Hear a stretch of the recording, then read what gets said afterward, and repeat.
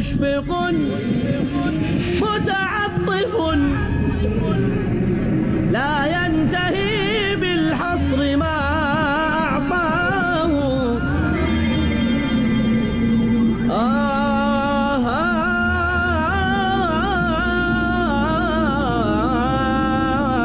رب رحيم مشفق متعطف لا ينتهي بالحصر ما أعطى.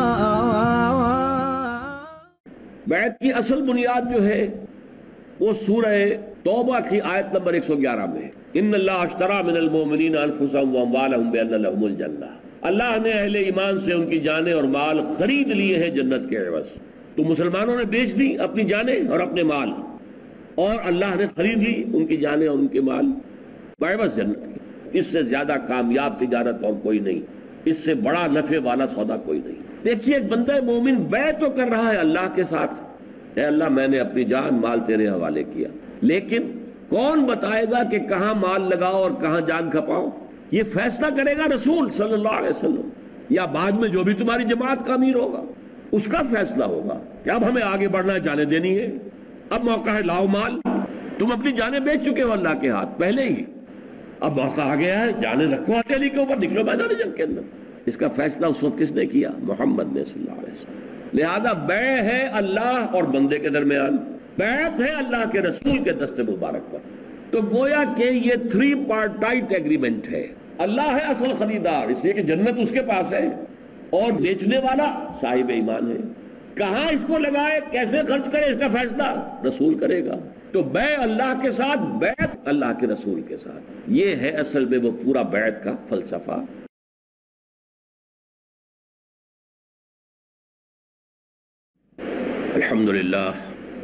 الحمدللہ وکفا والصلاة والسلام علی عباده الذین اصطفى. اما بعد فقد قال اللہ تبارک وتعالی كما ورد فی سورة التوبہ اعوذ باللہ من الشیطان الرجیم بسم اللہ الرحمن الرحیم. كيف يكون للمشركين عهد عند الله وعند رسوله إلا الذين عاهدتم عند المسجد الحرام فما استقاموا لكم فاستقيموا لهم إن الله يحب المتقين. كيف من يظهروا عليكم لا يرقبوا فيكم إلا ولا ذمة يرضونكم بأفواههم وتأبى قلوبهم وأكثرهم فاسقون. اشتروا بآیات اللہ ثمنا قلیلا فصدوا عن سبیلہ انہم ساء ما كانوا يعملون. رب اشرح لي صدری ویسر لي امری واحلل عقدۃ من لسانی یفقہوا قولی. ہماری آج کی گفتگو کا عنوان ہے غزوہ مکہ یا غزوہ فتح مکہ. یہ جو سورہ توبہ کی 18 آیات ہیں، ان میں اصل میں گفتگو ہو رہی ہے اس پس منظر میں کہ بہت سے لوگ ریلیکٹنٹ تھے اور وہ مذبذب تھے کہ ہمیں یہ اقدام کرنا چاہیے یا نہیں. اس پر جو پرسویشن ہے اللہ تعالیٰ کی طرف سے، جو تاکیدی بات ہے، وہ ہے کہ جو ان 2 رکوعوں میں آئی. اب یہاں یہ سمجھنا چاہیے کہ کون لوگ تھے کہ جو اس معاملے میں ریلیکٹنٹ تھے اور جو اس معاملے کے اندر مذبذب تھے کہ یہ کام ہمیں نہیں کرنا چاہیے. ان میں در حقیقت یوں سمجھیے کہ ایک تو وہ لوگ تھے کہ جو منافقین، جن کے بارے میں تو ہمیں سب معلوم ہی ہے کہ انہیں اپنی جانوں کا جو ہے وہ ہمیشہ خطرہ محسوس ہوتا تھا، لہٰذا وہ جان پیاری تھی. تو وہ شدید مخالف تھے کہ یہ کام نہیں کرنا چاہیے، تمہارا دماغ خراب ہو گیا ہے، تم شیر کی کچھار میں جا رہے ہو، داخل ہو رہے ہو. وہ قریش ہیں، قریش پورے عرب کے سردار ہیں، تو سوچو تو صحیح اتنا بڑا خطرہ کیوں مول لے رہے ہو. تو منافقین کا یہ طرز عمل جو ہے ظاہر بات ہے کہ وہ تو اظہر من الشمس ہے.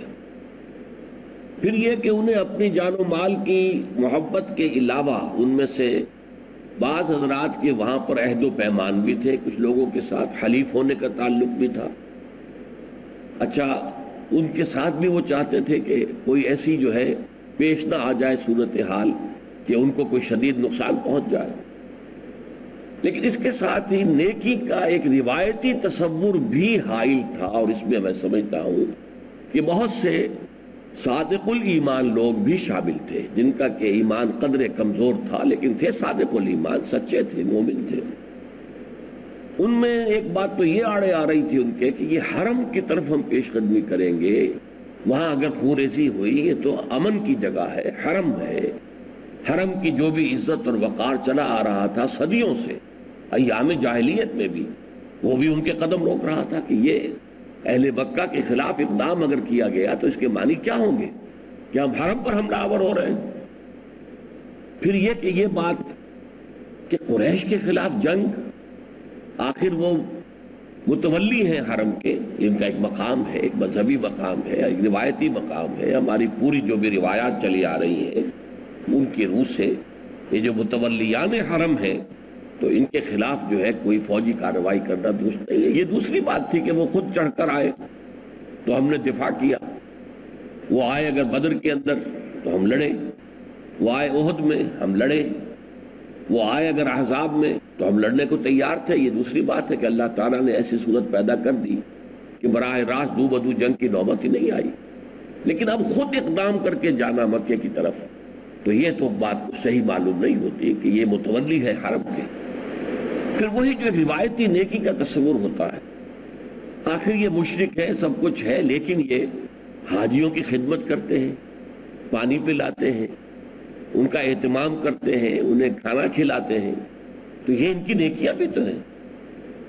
اس اعتبار سے انہوں نے جو حرم کو آباد کر کے رکھا ہوا ہے یہ ان کا ایک جو ہے ہمارے نزدیک ایک ان کا بہرحال ایک ایسا کریڈٹ ہے کہ جس کا لحاظ رکھا جانا چاہیے. اور پھر کچھ لوگ ایسے ہوتے بھی ہیں کہ وہ جنگ سے فطرتاً گریزاں ہوتے ہیں، وہ کہتے ہیں صلح کے اعتبار سے جو بات ہو جائے وہ سب سے اچھی بات ہے. تو بہرحال یہ چند باتیں تھیں جس کی وجہ سے کہ بہت سے حضرات جو ہے وہ مذبذب بھی تھے، متردد بھی تھے، اور ان کی طبیعت آمادہ نہیں تھی. اس میں بلکہ ایک صحابی سے ایک بہت بڑی خطا بھی واقع ہو گئی. حضرت حاطب ابن ابی بلتعہ ایک مہاجر پرانے ساتھی حضور کے، ان کے رشتہ دار گھر والے ابھی تک مکے میں تھے. انہیں اندیشہ ہوا کہ اگر یہ بھٹی جو ہے جنگ کی مکے اور اس کے آس پاس کے علاقے میں کہیں دہک گئی تو پتہ نہیں میرے بچوں کا، میرے اہل و عیال کا کیا حشر ہوگا. تو قریش پر احسان دھرنے کے لیے حضور نے تو اس کو کہا ہوا تھا کہ یہ راز ہے، اس کو بالکل عام نہ کیا جائے کہ ہم مکے کی طرف پیش قدمی کرنے والے ہیں. انہوں نے ایک خط لکھ کر قریش کے کچھ لوگوں کو خبر دے دی کہ محمد صلی اللہ علیہ وسلم اب تم پر چڑھائی کا ارادہ کر رہے ہیں اور حملہ آور ہوا چاہتے ہیں. یہ خط ایک عورت کو دے دیا کہ یہ ذرا مکے پہنچا دو. حضور کو وحی سے اطلاع ہو گئی. حضرت علی اور ایک اور ساتھی کو حضور نے فرمایا دیکھو جاؤ، تیزی کے ساتھ جاؤ، فلاں جگہ پر مکے اور مدینے کے درمیان ایک مقام پر ایک عورت مقیم ہے، اس کے پاس ایک خط ہے، وہ خط لے کر آؤ. یہ پہنچے تیزی کے ساتھ اور وہ عورت وہاں موجود تھی. اس سے پوچھا کہ جو خط تمہارے پاس ہے ہمارے حوالے کر دو. انہوں نے کہا نہیں، قسمیں کھا گئی، میرے پاس کوئی خط نہیں. حضرت علی نے سخت بات کہی، دیکھو تم اگر نہیں دو گی سیدھے ہاتھوں تو ہم تمہیں برہنہ کر کے تمہاری تلاشی لیں گے. اس پر اس عورت نے اپنی چٹیاں کھولی اور بالوں کے اندر چھپایا وہ خط دے دیا. یہ تھا حاطب ابن ابی بلتعہ کی طرف سے قریش کے کچھ لوگوں کے نام. وہ لے کر خط آ گئے تو حضرت عمر رضی اللہ تعالیٰ عنہ نے حضور سے یہ بھی عرض کیا، حضور مجھے اجازت دیجئے کہ میں حاطب کی گردن مار دوں، اس نے اتنا بڑا جرم کیا ہے، رسول کا راز افشا کیا ہے، اور یہ ایک طرح کی غداری ہے.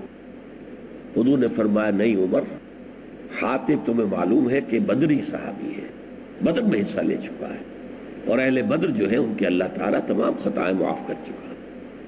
تو یہ بھی ایک اہم واقعہ اسی فتح مکہ کے ضمن میں ہوا ہے. اب صرف ہم تیزی کے ساتھ یہ آیات پڑھیں گے. میں نے بیک گراؤنڈ آپ کے سامنے رکھ دیا ہے. اس بیک گراؤنڈ میں ان آیات کا صرف ترجمہ بھی آپ سن لیں گے تو بات جو ہے وہ واضح ہوتی چلی جائے گی. کیف یکون للمشرکین عہد عند اللہ وعند رسولہ الا الذین عاہدتم عند المسجد الحرام. پہلا جملہ ہی انتہائی اہم ہے. یہ دوسرا اور تیسرا رکوع ہے سورہ توبہ کا. کیسے ہو سکتا ہے مشرکین کے لیے کوئی عہد اللہ کے پاس اور اللہ کے رسول کے پاس؟ یعنی اللہ اور اس کے رسول کا مشرکین کے ساتھ کوئی عہد ہونا، معاہدہ ہونا ہی یوں سمجھیے کہ ایک غیر حقیقی سی بات ہے.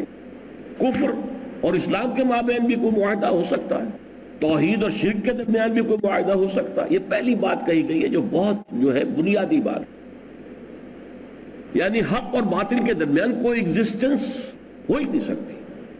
عارضی طور پر ایک وقتی حکمت عملی کے تحت کوئی صلح کی جائے، کوئی معاہدہ کیا جائے تو ٹھیک ہے، لیکن کوئی پرماننٹ ٹریٹی، کوئی مستقل معاہدہ، کوئی اسٹیٹس کو کے لیے مستقل فیصلہ کر لیا جائے، یہ تو ہو ہی نہیں سکتا. باطل دوئی پسند ہے، حق لا شریک ہے. شرکت میں آنا ہے حق و باطل نہ کر قبول. حق حق ہے تو باطل کے ساتھ کیسے معاہدہ کرے گا؟ وہ تو دوسری بات ہے. حق اہل حق جو ہے ان کے پاس طاقت نہیں ہے، کمزور ہے، وہ کوئی دب کر صلح کریں، کوئی اپنی حفاظت کے لیے صلح کریں، اپنے بچاؤ کے لیے صلح کریں، یا جب ایک جد و جہد ہو رہی ہے اس جد و جہد کے مختلف مراحل میں سے کسی مرحلے پر حکمت عملی کا تقاضا یہ ہو کہ ان سے معاہدہ کیا جائے، یہ دوسری بات ہے. لیکن یہ ہوں گی عارضی چیزیں. کوئی مستقل معاہدہ اللہ اور اس کے رسول اور مشرکین کے مابین ہونا، یہ اس کا کوئی امکان نہیں. کیف یکون للمشرکین عہد عند اللہ وعند رسولہ، کیسے ہو سکتا ہے مشرکین کے لیے کوئی عہد اللہ اور اس کے رسول کے پاس؟ اب یہاں استثناء کیا الا الذین عاہدتم عند المسجد الحرام. ہاں اس کا استثناء ہے جو تم معاہدہ مسجد حرام کے قریب کر کے آئے ہو. صلح حدیبیہ 1 سال پہلے ہوئی ہے نا، 2 سال پہلے کہہ دیجیے، 2 سال پہلے صلح حدیبیہ ہوئی ہے. حدیبیہ جو ہے وہ تو بالکل حرم کے قریب ہے. تو تم نے وہاں جا کر مسجد الحرام کے قریب جو معاہدہ کیا تھا ان سے، وہ اپنی جگہ رہے گا، برقرار رہے گا. وہ معاہدہ جو ہے اس جو اصولی قانون ہے اس سے مستثنیٰ ہے. کیف یکون للمشرکین عہد عند اللہ وعند رسولہ الا الذین عاہدتم عند المسجد الحرام، لیکن فما استقاموا لکم فاستقیموا لہم. تو جب تک وہ تمہارے ساتھ قائم رہے تم بھی ان کے ساتھ قائم رہو. یعنی جب تک وہ عہد کی پابندی کریں تم بھی عہد کی پابندی کرو. اس میں امپلائڈ کیا ہے؟ جب وہ عہد توڑ دیں تو پھر تم پابند نہیں ہو کہ تم اس عہد کو لازماً ہر صورت کے اندر نبھاؤ. بالکل یہ ہے وہ ہدایت جس کے مطابق حضور نے عمل کیا کہ جب انہوں نے توڑ دی پھر آپ نے صلح دی. اس لیے کہ آپ کو اندازہ ہو چکا تھا. اصل میں صلح حدیبیہ کے بعد جو 2 سال حضور کو ملے ہیں صلی اللہ علیہ وسلم، جس میں کہ جنگ کا خطرہ نہیں رہا، تو آپ نے اتنے بڑے پیمانے پر اپنی دعوتی اور تبلیغی سرگرمیاں پورے عرب میں پھیلائی ہیں کہ بہت بڑی تعداد میں لوگ اسلام لے آئے. ویسے بھی جیسے دھاک غزوہ بدر کے بعد بیٹھ گئی تھی، صلح حدیبیہ کے بعد بھی ایسی ہی دھاک مسلمانوں کی قائم ہو گئی. قریش نے انہیں تسلیم کر لیا ہے، قریش نے ان سے صلح کر لی ہے. تو یہ بھی یہ کیفیت ایسی تھی کہ جس سے پھر ایک عام رجحان قائم ہوا کہ اب اسلام کے دائرے میں داخل ہو جانا چاہیے. یہی وجہ دیکھیے 2 سال قبل صلح حدیبیہ کے موقع پر 1400 یا 1500 آدمی تھے، یا میکسیمم روایات میں 1800 آتا ہے. اور فتح مکہ کے لیے جو غزوہ ہو رہا ہے، جو حضور چلے ہیں، تو 10,000 آپ کے ساتھ ساتھی ہیں. یہ 8,500 کا جو اضافہ ہوا ہے، تو اس میں اس عرصے کی جو کیفیات تھی تاریخی اعتبار سے اس پس منظر کو دخل حاصل ہے. ان اللہ یحب المتقین، اللہ تعالیٰ متقیوں ہی کو پسند کرتا ہے. یعنی صلح تمہیں نہیں توڑنی ہے، تم نہ توڑنا. جب تک وہ قائم رہے تم بھی قائم رہو. لیکن جیسا کہ میں نے کہا امپلائڈ ہے، اگر وہ توڑ دے تو پھر ظاہر بات ہے کہ تم بھی بری ہو جاؤ گے. کیف وَإِن يَظْهَرُوا عَلَيْكُمْ لَا يَرْقُبُوا فِيكُمْ إِلًّا وَلَا ذِمَّةً. کیسے؟ یہ اصل میں ایک انداز ہے کہنے کا. سوچو ذرا، غور کرو. تم کیوں ڈر رہے ہو قریش سے لڑنے سے؟ اور تمہیں کیوں مانے ہو رہا ہے کہ یہ قریش جو ہیں یہ تو بہرحال حرم کے متولی ہیں، اور بہرحال یہ سقایت الحاج، حاجیوں کو پانی پلانے کا اہتمام کرتے ہیں وغیرہ وغیرہ. کیف مَئِن یظہروا علیکم، کیسے؟ اور اگر وہ تم پر کہیں غالب آ جائیں، لا یرقبوا فیکم الا ولا ذمہ، تو وہ تمہارے معاملے میں کبھی کوئی لحاظ نہیں رکھیں گے، نہ کسی قرابت داری کا نہ کسی عہد کا۔ اگر ان کے ہاتھ میں طاقت آ جائے، انہیں غلبہ حاصل ہو جائے، کوئی پرواہ نہیں کریں گے، نہ قرابت داری کی، نہ رشتہ داری کی، نہ کسی عہد کی، نہ کسی قول و قرار کی۔ ان کا کردار یہ ہے، ان کے اندر چھپا ہوا انسان جو ہے وہ یہ ہے، یرضونکم بافواہہم، وہ تمہیں راضی کرنے کی کوشش کر رہے ہیں اپنے منہوں سے۔ اس میں میرے نزدیک اشارہ ہے جو ابو سفیان، جو اس وقت اب مکے کے سردار تھے، ابھی ایمان نہیں لائے تھے، وہ جب آئے ہیں تو اب انہوں نے لاکھ کوشش کی ہے کسی طریقے سے کوئی سفارش ہو جائے، حضرت ابو بکر سے ملے، حضرت عمر سے ملے، پھر یہ کہ اپنی بیٹی کے گھر پہنچ گئے، ام حبیبہ رضی اللہ تعالی عنہ، حضور کی زوجہ محترمہ، ابو سفیان کی بیٹی تھی، جو گئی تھی ہجرت کر کے حبشہ، وہاں ان کا شوہر، عام روایات یہی ہیں کہ مرتد ہو گئے، تو پھر وہ جو ہے گویا کہ بیوہ ہو گئی، وہ تو رشتہ ختم ہو گیا۔ پھر حضور نے پیغام دیا، حضرت نجاشی رحمۃ اللہ علیہ نے نکاح پڑھایا، مہر اپنے پاس سے دیا، پھر بعد میں وہ مدینے آ گئی۔ تو یہ حضرت ام حبیبہ کے گھر، بیٹی کے گھر گئے ہیں ابو سفیان، کسی طرح بیٹی سفارش کر دیں، لیکن وہاں جا کر عجیب واقعہ پیش آیا۔ حضور کا بستر بچھا ہوا تھا، وہ اس پر بیٹھنے لگے، بیٹی نے کہا ابا جان ذرا ٹھہریے، بستر لپیٹ دیا، کہا اب بیٹھیے۔ اب یہ مکے کا سردار، قریش کا سردار، اس نے کہا بیٹی یہ بستر میرے لائق نہ تھا یا میں اس بستر کے لائق نہ تھا؟ فرمایا ابا جان آپ اس بستر کے لائق نہیں ہیں، آپ مشرک ہیں، نجس ہیں، اور یہ بستر رسول اللہ کا ہے صلی اللہ علیہ وسلم، آپ اس پر نہیں بیٹھ سکتے۔ اب بتائیے، شاید وہ پھر وہ کہنے کی بھی ہمت نہ ہوئی ہو کہ میری کوئی سفارش کر دو محمد سے صلی اللہ علیہ وسلم، جب یہ طرز عمل سامنے آیا۔ تو یہ لوگ چاہتے ہیں تمہیں اپنے منہوں سے راضی کر لینا، وَتَابَ قُلُوبُهُمْ، حالانکہ ان کے دل منکر ہیں، انکاری ہیں، اس کے اندر غصہ ہے، اس میں جھجلاہٹ ہے، وہ جو ہے پیچ و تاب کھا رہے ہیں۔ وَأَكْثَرُهُمْ فَاسِقُونَ، اور ان کی اکثریت جو ہے وہ ناہنجاروں پر، فاسقوں پر، نافرمانوں پر مشتمل ہے۔ اشتروا بآیات اللہ ثمنا قلیلا فصدوا عن سبیلہ، انہوں نے اللہ کی آیات کے عوض حقیر سی قیمت حاصل کر لی، یعنی 13 برس مکے میں محمد انہیں آیات الہیہ سناتے رہے صلی اللہ علیہ وسلم، اور ان کے بدبختی کا یہ عالم رہا، ان دنیا کی حقیر سی زندگی کے لیے، اپنی چودراہٹ کے لیے، یا اور جو ایسے ہی کوئی چیزیں تھیں، اپنی عزت نفس کے لیے، جھوٹی عزت نفس کے لیے، انہوں نے رد کیا اللہ کی آیات کو، اللہ کی آیات کو فروخت کر دیا، اس کی جگہ دنیا کا عارضی سا فائدہ جو ہے وہ قبول کر لیا۔ فصدوا عن سبیلہ، صدہ یا سدو جو ہے یہ فعل لازم بھی ہے، فعل متعدی بھی ہے، خود بھی رک گئے اللہ کے راستے سے اور دوسروں کو بھی روک دیا، اس لیے کہ جو سردار تھے جب وہ آگے نہیں بڑھ رہے تھے تو جو عوام ہیں وہ تو عام طور پر انہی کی پیروی کرتے ہیں،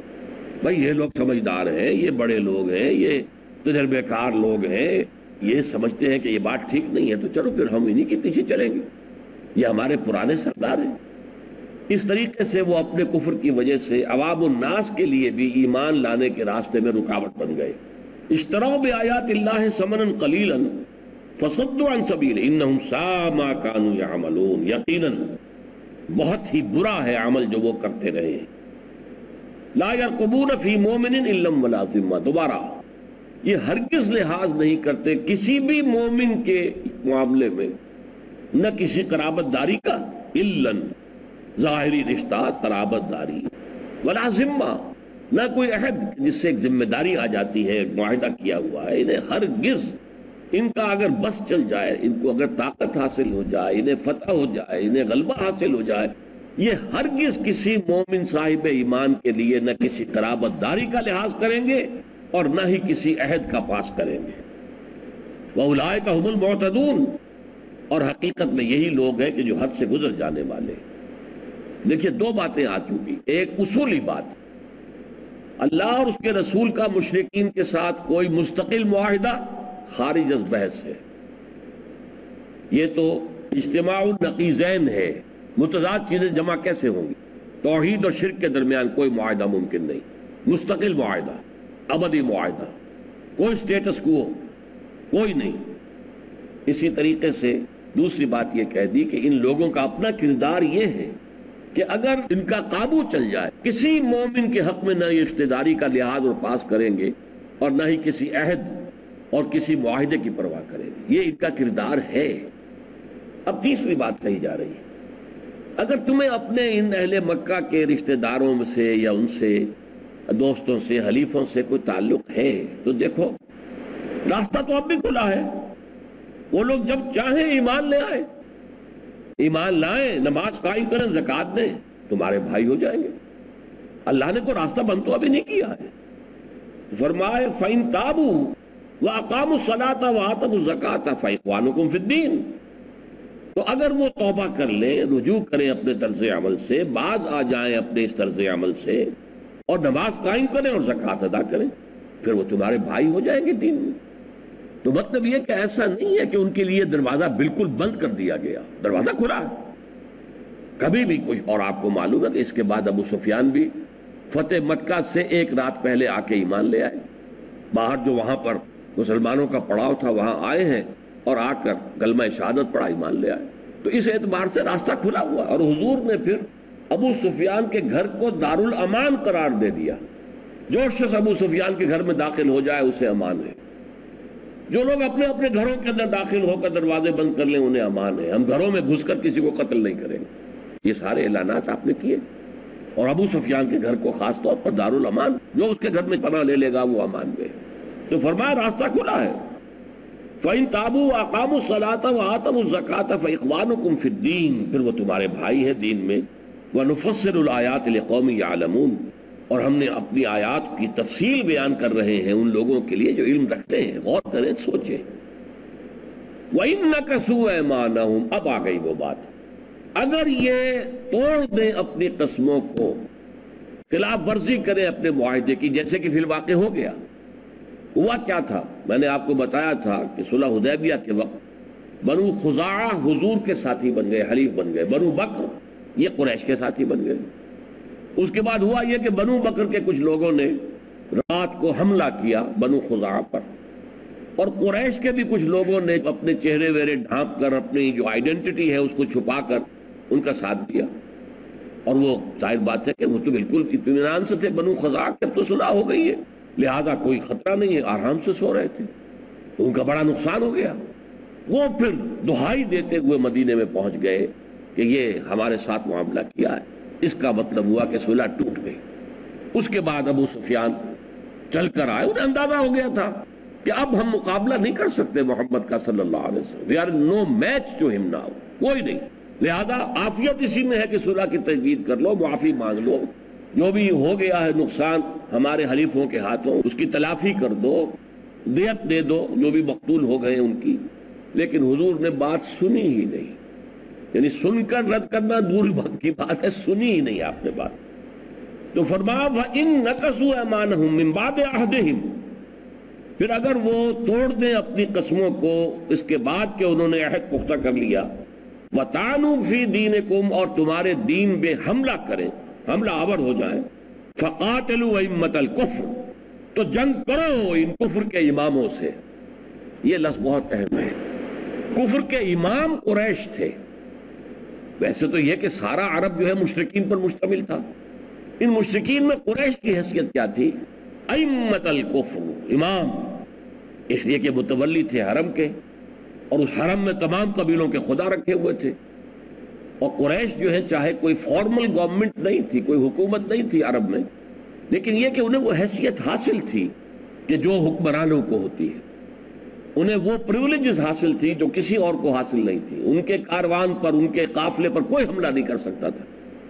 اس اعتبار سے وہ گویا کہ بے تاج بادشاہ تھے عرب کے۔ فَقَاتِلُوا أَئِمَّةَ الْكُفْرِ، اور ظاہر بات ہے کہ جب تک جڑ سے کسی درخت کو نہ کاٹا جائے وہ دوبارہ جو ہے وہ بن جائے گا، جڑ سے اکھاڑنا چاہیے۔ تو یہ جو امام ہے کفر کے قریش، ان سے جنگ کرو، یہ ہے در حقیقت کلائمیکس اس کا کہ جو بھی کوئی جھجک تھی، کوئی تردد تھا، کوئی تذبذب تھا، جو بھی کچھ لوگوں میں مختلف اسباب سے تھا جو میں آپ کو بیان کر چکا ہوں، اب اس کے ضمن میں آخری حکم آ گیا فقاتلوا ائمۃ الکفر انہم لا ایمان لہم لعلہم ینتہون، تو قتال کرو، جنگ کرو ان کفر کے اماموں سے، یقیناً ان کی کوئی قسمیں نہیں ہے، ان کا کوئی پاس نہیں ہے، ان کا کوئی عہد کا اعتبار نہیں ہے، لعلہم ینتہون، شاید کہ یہ باز آ جائیں۔ یہ بڑا ایک لطیف سا نکتہ ہے کہ تم چڑھائی کرو تو صحیح، شاید کہ وہ بغیر لڑے بھڑے سرنڈر کر دیں، باز آ جائے۔ لہذا تم خواہ ان وسوسوں کو ذہن میں نہ آنے دو، اور اللہ کا نام لے کر جو بھی محمد رسول اللہ صلی اللہ علیہ وسلم کا ارادہ ہے اس کے مطابق عمل کرو۔ یا ایھا الذین آمنوا لا تتخذوا آباءکم واخوانکم اولیاء ان استحبوا الکفر علی الایمان ومن یتولہم منکم فاولئک ھم الظالمون۔ میں گزشتہ نشست میں عرض کر چکا ہوں کہ سورہ توبہ کے دوسرے اور تیسرے رکوع کی جو 18 آیات ہیں، ان میں وہ کچھ ذہنی کشاکش جو غزوہ مکہ سے پہلے کچھ لوگوں کے اندر پائی جا رہی تھی، جن میں نمبر 1 تو ظاہر ہے اظہر من الشمس منافقین تھے، پھر یہ کہ کچھ مسلمان بھی جو نیک دل سلیم الفطرت، لیکن یہ کہ ایمان بہت زیادہ گہرا نہیں تھا، وہ بھی اس کہتے تھے کہ آخر قریش جو ہے وہ حرم کے متولی ہیں، اب اگر ہم وہاں جائیں گے وہاں خوریزی ہوگی، حرم کی حرمت کو بٹا لگے گا، اور یہ آخر حاجیوں کو پانی پلاتے ہیں، خدمت کرتے ہیں، تو یہ اقدام جو ہے ہمیں نہیں کرنا چاہیے۔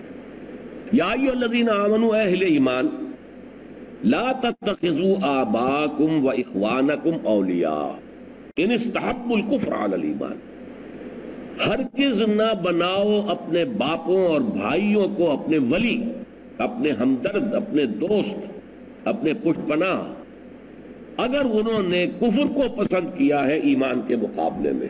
ان استحبوا الکفر علی الایمان، ایمان کو ترک کیا، کفر کو اختیار کیا، تو اب تمہارا کوئی تعلق ولایت ان کے ساتھ نہیں، کوئی دوستی، کوئی جو ہے، ہاں وہ حالات اور تھے کہ ابھی حالت جنگ شروع نہیں ہوئی تھی، تو مکے میں یہ حکم آیا تھا کہ تمہارے ماں باپ اگر مشرک ہے تو ٹھیک ہے، ان کا کہنا تو مت مانو، اگر وہ تمہیں وَإِن جَاهَدَاكَ عَلَىٰ أَن تُشْرِكَ بِمَا لَيْسَ لَكَ بِهِ عِلْمٌ فَلَا تُطِعْهُمَا وَصَاحِبْهُمَا فِي الدُّنْيَا مَعْرُوفًا، دنیا میں ان کے ساتھ بھلے طریقے سے رہو۔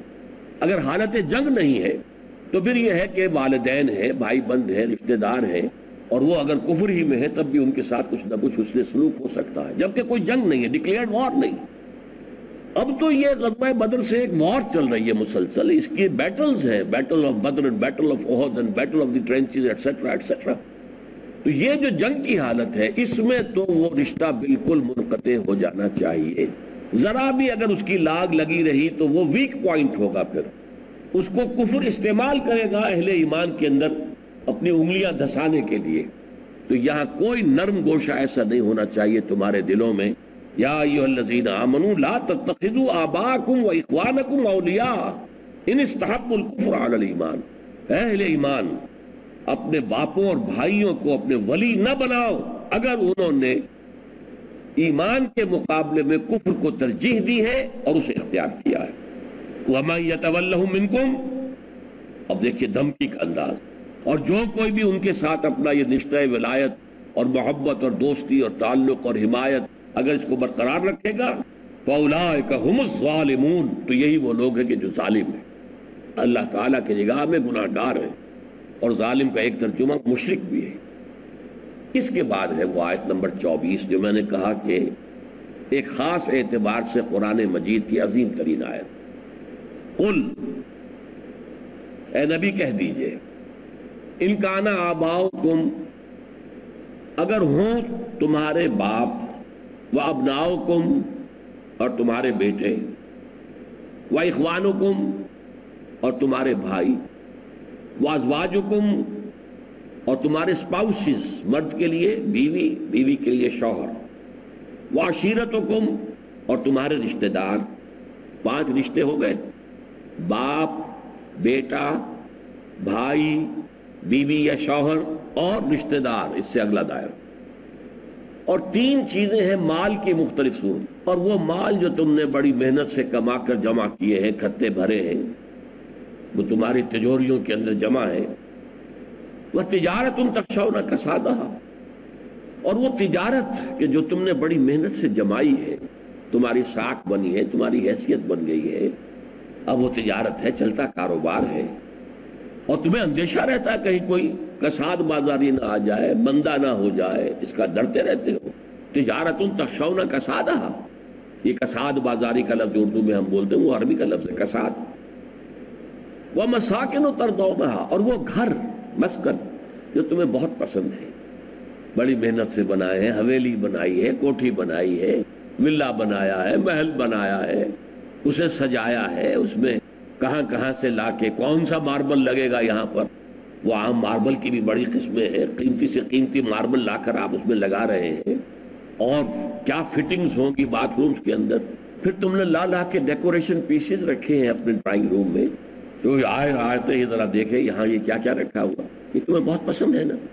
لیکن اگر یہ 8 چیزیں احب الیکم من اللہ ورسولہ وجہاد فی سبیلہ، اگر یہ 8 چیزیں زیادہ محبوب ہیں تمہارے نزدیک اللہ سے اور اس کے رسول سے اور اللہ کی راہ میں جہاد کرنے سے، فتربصوا، تو جاؤ انتظار کرو، حتی یاتی اللہ بامرہ، یہاں تک کہ اللہ اپنا فیصلہ سنا دے، واللہ لا یہدی القوم الفاسقین، اور اللہ ایسے فاسقوں کو ہدایت نہیں دیتا۔ یہ نوٹ کر لیجئے، یہ ہے قرآن کا فیصلہ۔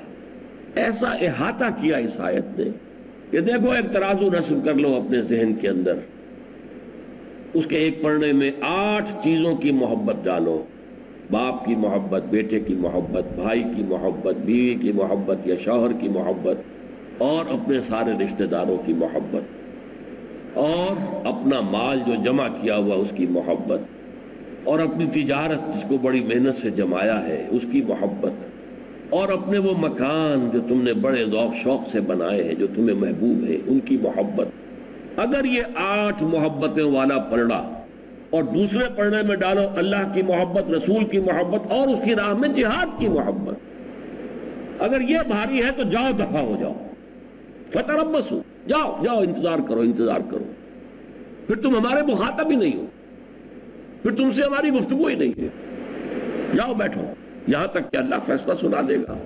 اللہ نے تو فیصلہ کر ہی دینا ہے، حق کو غالب آنا ہی ہے، باطل مغلوب ہو کر رہے گا۔ یہ تو سورہ بنی اسرائیل میں آیت آ چکی، قل جاء الحق وزهق الباطل ان الباطل كان زهوقا، وہ تو کوئی دیر کی بات ہے، لیکن یہ کہ اگر اب بھی تمہارے پاؤں میں یہ بیڑیاں پڑی ہوئی ہیں، اب بھی یہ محبتیں تمہیں روکتی ہیں، اللہ کی محبت، اللہ کے رسول کی محبت اور اللہ کی راہ میں جہاد کی محبت سے، تو جاؤ دفع ہو جاؤ، انتظار کرو، گو اینڈ ویٹ، فتربصوا حتی یاتی اللہ بامرہ، یہاں تک کہ اللہ اپنا فیصلہ سنا دے، واللہ لا یہدی القوم الفاسقین، اور اللہ تعالیٰ ایسے فاسقوں کو، ناہنجاروں کو، ایسے نافرمانوں کو زبردستی ہدایت نہیں دیتا۔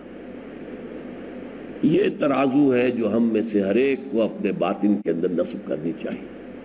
دیکھیے ایک نقطہ نوٹ کر لیجئے، صلح حدیبیہ کے بعد حضور صلی اللہ علیہ وسلم کی جو دعوت اور تحریک تھی وہ 2 حصوں میں تقسیم ہو گئی۔ صلح حدیبیہ تک آپ کی ساری محنت صرف عرب کے اندر ہو رہی تھی، بلکہ زیادہ صحیح یہ ہوگا 10 برس صرف مکے اور اس کے گرد و نواح، 10 برس، اس کے بعد پھر عرب، مدینہ ہجرت کرنے کے بعد دائرہ وسیع ہوا، لیکن اس کے علاوہ آپ نے نہ کہیں سفیر بھیجا، نہ کوئی خط بھیجا، یوں سمجھئے کہ تقریباً 20 برس تک، 19 برس تک آپ نے کوئی دعوتی سلسلہ عرب کی حدود سے باہر نہیں شروع کیا۔ البتہ جب اللہ نے اسے صلح حدیبیہ کو فتح مبین قرار دے دیا، انا فتحنا لک فتحا مبینا، تو اب حضور کی دعوت جو ہے 2 حصوں میں آگے بڑھ رہی ہے۔ ایک اندرون ملک عرب، ابھی اس کو اور کئی منزلیں طے کرنی ہے، اور ایک بیرون عرب بھی آپ نے آغاز کر دیا۔ بیرون عرب کا آغاز کیسے کیا؟ آپ نے دعوتی خطوط لکھے، ہرقل اعظم، قیصر روم، اور خسرو پرویز، عظیم کسرا جو تھا ایران کا، مقوقس شاہ مصر پیٹریارک تھا وہ مصر کا، اسی طرح نگوس یا نجاشی اور بھی یہ بحرین کا بادشاہ تھا وغیرہ وغیرہ، سب کو خطوط بھیجے. تو ایک سمت تو اب یہ ہو گئی، اور ایک ابھی سلسلہ جو ہے اندرون ملک چل رہا ہے. اندرون ملک جیسا کہ میں نے آپ سے عرض کیا، پہلا فائدہ تو یہ ہوا کہ اب دائرہ جو ہے دعوت و تبلیغ کا بے کھٹ کے وسیع کر دیا گیا. اس سے پہلے تو 70 صحابہ بھی شہید کر دیے گئے تھے، 12 یا 14 جو ہے رجیع کے واقعے میں شہید کر دیے گئے تھے. انہیں دھوکہ دے کر بلایا گیا تبلیغ اور دعوت کے لیے، تعلیم کے لیے، اور شہید کر دیا گیا. اب کھٹکا نہیں تھا کہیں بھی، صلح ہو چکی ہے. لہذا دعوت و تبلیغ کا سلسلہ جو ہے بڑے پیمانے پر آپ نے شروع کیا. نمبر 2 اب کیا ہوا، اندرون ملک غزوہ خیبر محرم سن 7 میں ہو گیا.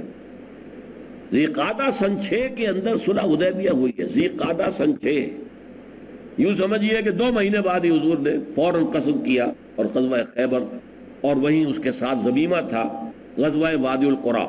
گویا کہ یہ جو اڈا بن گیا تھا یہودیوں کا، پہلے سے آباد تھے وہاں پر خیبر میں اور وادی القریٰ میں یہود، اور یہاں سے جو نکل کر گئے تھے مدینے سے بنو قینقاع بنو نذیر، وہ بھی وہیں پر جا کر بیٹھ گئے تھے.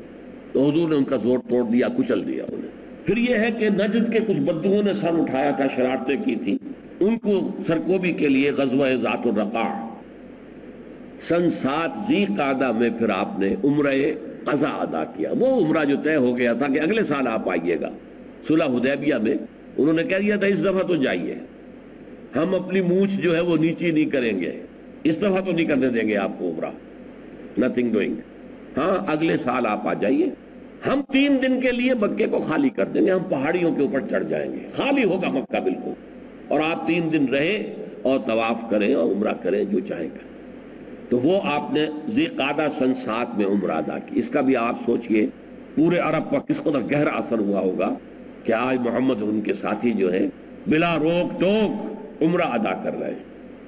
اور پھر رمضان سن 8 میں عمرہ قضا ذی قعدہ میں ہوا ہے، اور رمضان میں سن 8 کے اندر مکہ فتح ہو گیا.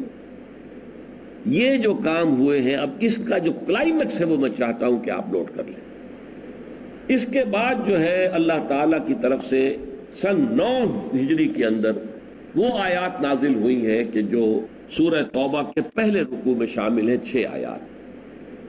یہ گویا کہ موپنگ اپ آپریشن تھا کہ اب جب کہ کفر اور شرک کی طاقت ختم ہو چکی ہے جزیرہ نما عرب میں، اب اعلان کیا گیا کہ اب مشرکین کے ساتھ کوئی معاہدہ نہیں ہے. جن کے ساتھ معاہدے تھے مدت کے ساتھ کہ اتنی دیر کے لیے وہ مدت پوری کر دیں گے، جن کے ساتھ غیر مدت کے تعین کے معاہدے تھے انہیں ہم 4 مہینے دے رہے ہیں، 4 مہینے کے اندر اندر یا ایمان لے آئے اور یا پھر جزیرہ نما عرب چھوڑ کر یہاں سے دفع ہو جائے، ورنہ قتل عام شروع ہو جائے گا. مشفق متعطف. یہ 6 آیتیں وہ ہیں کہ جو آج پوری دنیا میں بہت زیادہ کھٹک رہی ہیں لوگوں کو. سورہ توبہ کی ان آیات کو ویسٹ جو ہے تلا ہوا کہ انہیں قرآن سے نکالا جائے پوری قوت کے ساتھ. جہاں تک جو نصاب میں اگر کہیں آ گئی ہیں تو ان کو تو نکلوا دیا انہوں نے، کیونکہ اس میں بظاہر ایسا محسوس ہوتا ہے کہ مسلمانوں کو ہمیشہ کے لیے یہ حکم دے دیا گیا کہ کافروں کا مشرکوں کا قتل عام کرو، حالانکہ یہ بات غلط ہے. یہ مشرکوں کے لیے خاص معاملہ تھا، عرب کے مشرکین کے لیے. تو یہ قاعدہ جو ہمیشہ سے چلا آ رہا تھا اللہ تعالیٰ کا کہ اگر کسی رسول کو بھیج دیا جائے کسی قوم کی طرف اور وہ رسول کا انکار کر دے، ان کی دعوت جو ہے پوری سامنے آنے کے بعد، تو وہ قوم ہلاک کر دی جاتی تھی. قوم نوح ہلاک کی گئی اسی قاعدے کے تحت، قوم ہود، قوم صالح، قوم شعیب، سدوم اور عمورہ کی بستیاں، آل فرعون غرق کیے گئے. کس لیے؟ اسی قاعدے سے. تو حضور صلی اللہ علیہ وسلم کی جو بعثت خصوصی تھی الی اہل العرب، مشرکین عرب، لہذا ان کے بارے میں قانون یہ تھا کہ اب اگر یہ ایمان نہیں لائیں گے تو یا تو اللہ تعالیٰ کسی اور عذاب کے ذریعے سے انہیں ختم کرتا، یا دوسری شکل یہ کی گئی کہ اہل ایمان سے کہہ دیا گیا کہ انہیں 4 مہینے کی مہلت دے دو، اس 4 مہینے کی مہلت کے اندر اندر ایمان لے آئے تو جان بخشی ہے، ورنہ 4 مہینے ختم ہوں گے تو پھر ان کو قتل عام کرو، جہاں چاہو جہاں پاؤ قتل عام کرو. یہ آیت قرآن مجید کی سخت ترین آیات میں سے ہے. براۃ من اللہ ورسولہ الی الذین عاہدتم من المشرکین، اللہ اور اس کا رسول بری ہیں تم نے جو بھی معاہدے کیے ہیں مشرکین کے ساتھ ان سے۔ پچھلے درس میں جو بات آئی تھی یہاں وہ بہت اور کھل کر آ گئی۔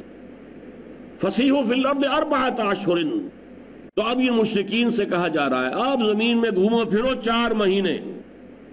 وَاعْلَمُوا أَنَّكُمْ غَيْرُ مُعْجِزِ اللَّهِ، جان لو تم اللہ کو عاجز نہیں کر سکتے۔ وَأَنَّ اللَّهَ مُخْزِي الْكَافِرِينَ، اور اللہ تعالیٰ ان کافروں کو لازماً رسوا کر کے رہے گا، ذلیل کر کے رہے گا۔ وَأَذَانٌ مِّنَ اللَّهِ وَرَسُولِهِ إِلَى النَّاسِ يَوْمَ الْحَجِّ الْأَكْبَرِ، اور یہ اعلان عام ہے اللہ اور اس کے رسول کی طرف سے تمام لوگوں کو یوم الحج الاکبر، حج اکبر کے دن۔ قرآن کی روح سے جو حج اکبر ہے وہ حج ہے، حج اصغر جو ہے وہ عمرہ ہے، عمرے کو حج اصغر کہتے تھے، حج اکبر جو ہے وہ حج ہے۔ تو یہ حج تھا جو سن 9 ہجری میں جب حج ہو رہا ہے تو اس میں یہ اعلان کرا دیا گیا، یہ آیات نازل ہوئی ہیں جبکہ حضور نے قافلہ روانہ کر دیا تھا، آپ خود نہیں گئے تھے۔ حضرت ابو بکر کی قیادت اور عبارت میں قافلہ حج روانہ ہو چکا، جب قافلہ جا چکا یہ 6 آیتیں نازل ہو گئی۔ پھر حضور نے حضرت علی کو بھیجا، جاؤ علی، اور جا کر وہ اعلان عام کر دو، یہ جب مکے کے اندر جب وہاں حج کے موقع پر تمام عرب کے لوگ جمع ہوں گے یہ اعلان عام کر دو، میری طرف سے تم اعلان کرو۔ حضرت علی جو ہے منزل تیزی کہ وہ اللہ کا کلام سن لے، یعنی جب یہ وارننگ دے دی گئی تو ظاہر بات ہے بہت سے لوگ ابھی تک انہوں نے پرواہ نہیں کی ہوگی کہ سوچیں محمد کیا کہہ رہے ہیں کیا نہیں کہہ رہے، لیکن جب اب یہ چیلنج آ گیا، now you have only 4 months to decide this way or that way، تو اب ان میں سے کچھ لوگ چاہیں گے کہ آ کے سمجھے تو صحیح بات کیا ہے، آپ کیا بات منوانا چاہتے ہیں، آپ کا دین کیا ہے۔ تو فرمایا اے نبی وَإِنْ أَحَدٌ مِّنَ الْمُشْرِكِينَ اسْتَجَارَكَ فَأَجِرْهُ، اگر مشرکین میں سے کوئی شخص آپ کی پناہ طلب کرے فاجر ہو تو اسے پناہ دیجئے، حتیٰ یسمع کلام اللہ، یہاں تک کہ اللہ کا کلام سن لے، قرآن مجید سنے سمجھے دعوت کیا ہے۔ ثم ابلغہ مأمنہ، پھر اسے اس کی امن کی جگہ تک پہنچا دو، یہ نہیں کہ کہو بس سن لیا تم نے اب طے کرو، نہیں ایمان لاتے تو ابھی گردن اڑاتے، نہیں، پھر اسے اس کی امن کی جگہ پہنچا دو۔ جس قبیلے سے وہ چل کر آیا تھا آپ نے امان دی، آپ کے پاس ٹھہرا، آپ نے دین کی دعوت پیش کر دی، اب اسے فیصلہ کرنے کے اندر آزاد چھوڑ دو اور اسے واپس جانے دو، ابلغہ مأمنہ، اور اسے اپنے امن کی جگہ تک پہنچا دو۔ ذالک بأنہم قوم لا یعلمون، یہ اس لیے کہ یہ لوگ جانتے نہیں ہیں، ان کے ساتھ یہ رعایت کیجئے۔ یہ آیات ہیں قرآن مجید کی سخت ترین آیات، اور سورہ توبہ کے آغاز میں آیت بسم اللہ نہیں ہے۔ 114 سورتوں میں سے صرف ایک سورت یہ ہے جو مصحف کے اندر آپ کو لکھی ملے گی، اس میں آیت بسم اللہ شروع میں نہیں ہے۔ اس میں بہت سی آراء ہیں، لیکن پھر وہی بات نوٹ کر لیجئے، یہ ایک خاص حالات کے اندر یہ آیت تھی، یہ مستقل نہیں ہے، دائمی نہیں ہے، ہمیشہ کے لیے نہیں ہے۔ اس کی اپلیکیشن حضور کی حیات طیبہ ہی میں تھی اور ختم ہو چکی ہے۔ اس کے بعد ہمیشہ کا قاعدہ یہ ہے کہ مسلمان اگر طاقت میں ہیں اور وہ جاتے ہیں کسی ملک میں اور حملہ کرتے ہیں تو وہ 3 آفرز دیں گے۔ اگر تم ایمان لے آؤ ہمارے بھائی ہو، برابر کے ہو، ہم یہ بھی نہیں کہیں گے ہم سینئر ہیں تم جونیئر ہو، نہیں، یو آر ایکول ٹو اس، اخوانکم فی الدین، وہ تمہارے بھائی ہیں برابر کے۔ اور اس کے یہ علامت کیا ہے؟ ایمان، نماز اور زکوٰۃ، 3 چیزیں کم سے کم۔ اچھا اگر یہ تمہیں منظور نہیں تو تم نیچے ہو کر رہو اور جزیہ دو۔ بالا دست جو ہے، بالا تر نظام اللہ کے دین کا ہوگا۔ یؤتوا الجزیۃ عن ید وہم صاغرون، یہودیوں سے، عیسائیوں سے، ایرانیوں سے، مجوسیوں سے، ہر ایک سے۔ پھر یہ بات دوسری یہ ہے تم تابع ہو کر رہنا قبول کرو تو مجوسی، عیسائی، یہودی جو چاہو بن کر رہو، لیکن نظام اللہ کا ہوگا، اللہ تعالیٰ کی حکومت ہوگی، پوری کائنات کا حاکم وہ ہے اور یہاں بھی حکومت اسی کی ہوگی۔ اچھا اگر یہ بھی پسند نہیں ہے تو پھر آؤ، تلوار ہمارے اور تمہارے درمیان فیصلہ کرے گی، میدان میں آ جاؤ۔ تو وہاں یہ نہیں تھا کہ تم لازماً ایمان لاؤ ورنہ تمہیں قتل کر دیا جائے گا، نہیں، یہ صرف اہل عرب کے مشرکین کے لیے تھا جن میں حضور کی اصل اور اولین بعثت تھی، اور اس میں بھی ایک چوائس تھا کہ اگر تم ایمان نہیں لانا چاہتے اور اس قتل سے بھی بچنا چاہتے تو اب تم یہاں سے ہجرت کر جاؤ، چلے جاؤ۔ چنانچہ ابو جہل کا بیٹا اکرمہ وہ بھی بہت سے لوگوں کے ساتھ اب ہجرت کرنے جا رہا تھا حبشہ کی طرف، اور راستے میں طوفان آ گیا، اور طوفان میں جتنے بھی مشرکین تھے سب نے اللہ کو پکارنا شروع کر دیا، کسی نے نہ لات کو پکارا، نہ عزا کو، نہ منات کو، نہ حبل کو۔ انہوں نے کہا اگر یہی بات ہے، ہماری فطرت میں صرف اللہ ہے، تو پھر ہم کہاں جا رہے ہیں؟ محمد اسی کی تو دعوت دے رہے ہیں صلی اللہ علیہ وسلم۔ وہ واپس آ کر ایمان لے آئے اور بڑے کار ہائے نمایاں انہوں نے سر انجام دیے، اور جو نئے جھوٹے نبی اٹھ کھڑے ہوئے تھے جنگ یمامہ میں وہ شہید ہوئے ہیں، اور انہوں نے بہت جو ہے اپنی بہادری کا ثبوت دیا اسلام کے دفاع میں۔ تو یہ آیتیں ایک خاص مخصوص پس منظر کی آیات ہیں، اس کو لوگوں تک واضح کرنا چاہیے۔ یہ دائمی نہیں ہے، ہمیشہ کے لیے نہیں ہے، یہ ابدی قانون نہیں ہے، یہ صرف مشرکین عرب کے لیے تھا جن پر محمد صلی اللہ علیہ وسلم کے ذریعے سے اتمام حجت آخری درجے میں ہو چکی تھی۔ اب یا تو انہیں کسی آفت سماوی سے ختم کیا جاتا، غرق کیا جاتا، یا یہ ہے کہ ان کے اوپر کوئی زلزلہ آتا، کچھ اور آتا۔ اللہ تعالیٰ نے اس کی شکل یہ اختیار کی، اور واقعہ یہ ہے کہ ایک بھی مشرک کا خون نہیں بہا، سب ایمان لے آئے۔ اذا جاء نصر اللہ والفتح ورأیت الناس يدخلون فی دین اللہ افواجا، فوج در فوج ایمان میں داخل ہو گئے۔ جو ان کچھ لوگوں کی اگر گردنیں اکڑی رہی تو وہ ملک چھوڑ کر چلے گئے۔ بارک اللہ لی ولکم فی القرآن العظیم ونفعنی وإیاکم بالآیات والذکر الحکیم۔ رب رحیم مشفق متعطف لا